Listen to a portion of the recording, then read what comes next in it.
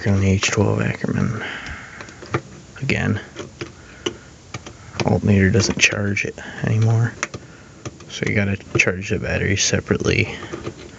It's a 12 volt system, so you gotta charge it one battery at a time. Shit, oh well. Knock this wire off.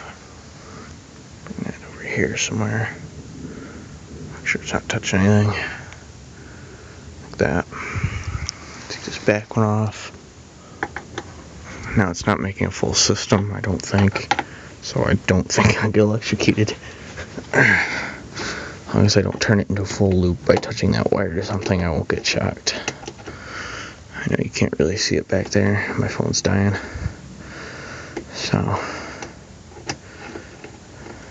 probably see one of these things get taken out. And that's it. And I'm getting bad with a wrench. Okay, so you probably see one get out, I think.